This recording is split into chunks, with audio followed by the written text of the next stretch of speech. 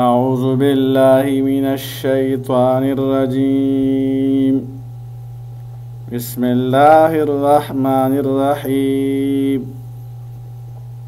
وَلِكُلِّ أُمَّةٍ أَجَلٌ فَإِذَا جَاءَ أَجَلُهُمْ۔ سبق نمبر 3 سورۃ الاعراف۔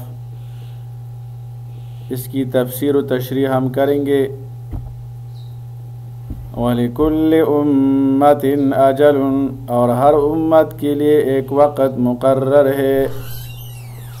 فَإِذَا جَاءَ أَجَلُهُمْ، تو جب ان کا مقررہ وقت آ جائے گا، لَا يَسْتَأْخِرُونَ سَاعَةً وَلَا يَسْتَقْدِمُونَ، تو نہ ایک گھڑی پیچھے ہٹ سکتے ہیں اور نہ آگے بڑھ سکتے ہیں۔ اس آیت میں مجرموں کے انجام بد کا بیان ہے۔ وقت مقرر سے مراد عمل کرنے کی وہ مہلت ہے جو ہر قوم کو آزمانے کے لیے عطا کی جاتی ہے۔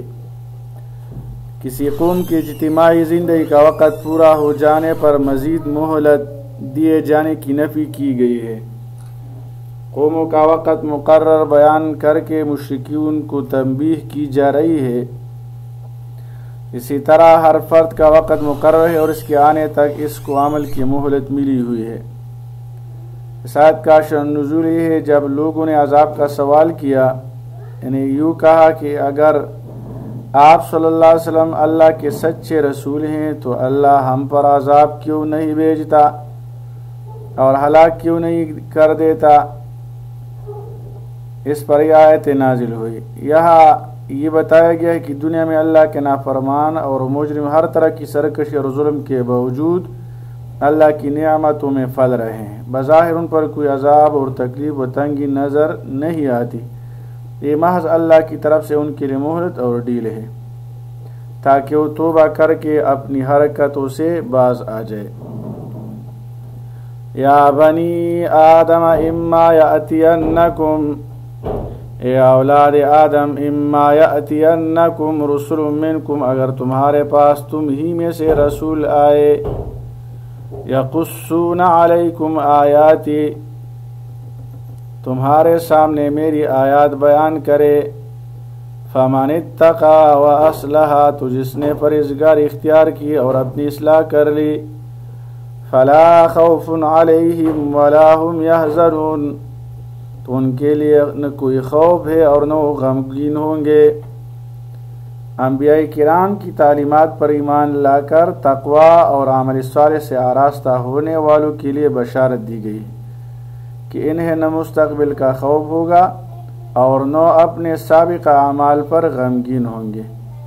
انبیاء کرام کو بھیجے جانے کا مقصد یہ ہے کہ وہ لوگوں کو اللہ کے احکام سنائے اور وہ رسول بھی انہی میں سے ہوں گے۔ لہذا جس نے رسول کی بات مان کر ان کی تصدیق کی اور گناہوں کو چھوڑ کر اپنی اصلاح کر دی تو پھر وہ اللہ کے فضل سے جنت میں جائے گا۔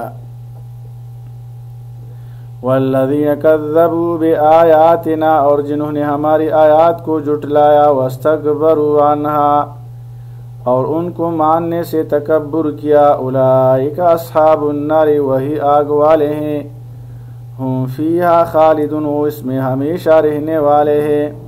اس آیت میں اللہ کے حکم کو جھٹلانے اور تکبر کرنے والے سرکشوں کے انجام کا بیان ہے کہ وہ جہنم میں ہمیشہ کے عذاب سے دوچار ہوں گے۔ اہل ایمان اور اہل کفر کے انجام کو بیان کرنے کا مقصد یہ ہے کہ لوگ اچھے انجام والوں کا طریقہ اپنائیں اور برے انجام والوں کی روش اور طریقے سے بچیں تاکہ برے انجام سے اور سزا سے محفوظ رہ سکیں۔ فمن اظلم ممن افترى على الله كذبا، تو اس سے بڑا ظالم کون ہوگا جو اللہ پر جھوٹ باندھے، او کذب بآیات، یا اس کی آیات کو جھٹلائے، اولئک ینالهم نصیبهم من الکتاب، ایسے لوگوں کو ان کے نصیب میں لکھا ہوا پہنچ کر رہے گا۔ حتیٰ اذا جاءتهم رسلنا، یہاں تک کہ جب ان کے پاس ہمارے بھیجے ہوئے فرشتے آئیں گے، یتوفون، وہ ان کی جانیں نکالیں گے،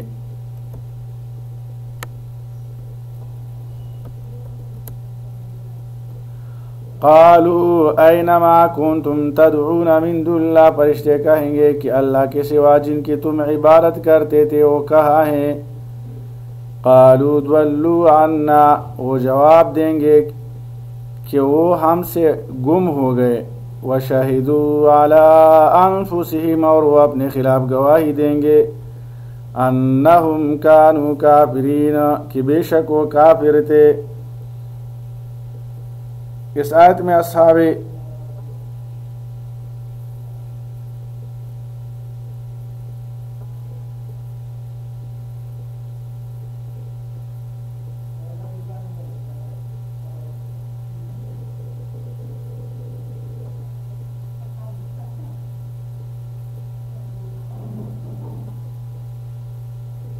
اس آیت میں جنہوں نے کفر کیا اور سرکشی اختیار کی، موت کے وقت ان کے لیے سختی ہوگی اور عذاب الہی ان کے سامنے ہوگا. اور جن کی عبادت کرتے تھے اللہ کے ماں سوا تو اس سے گم ہو جائیں گے. قال ادخلوا فی امم قد خلت من قبلکم من الجن والانس، اللہ فرمائے گا ان امتوں کے ساتھ داخل ہو جاؤ جو جنوں اور انسانوں میں سے تم سے پہلے گزر چکے ہیں. فی النار، آگ میں، کلما دخلت امت لعنت اختہا، جب بھی کوئی امت داخل ہوگی تو دوسری امت پر لعنت بھیجے گی. جو نافرمان تھے وہ دوسروں پر لعنت بھیجے گی.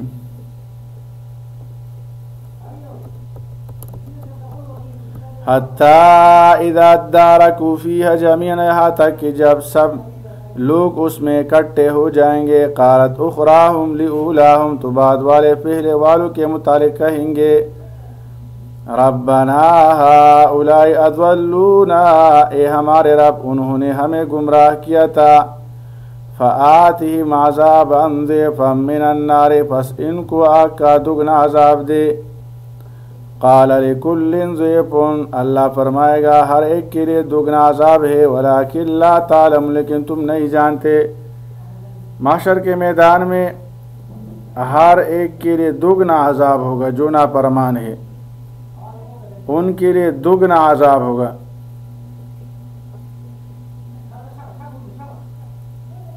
اور وہ اس میں رہیں گے. کفار کے انجام بد کا بیان ہے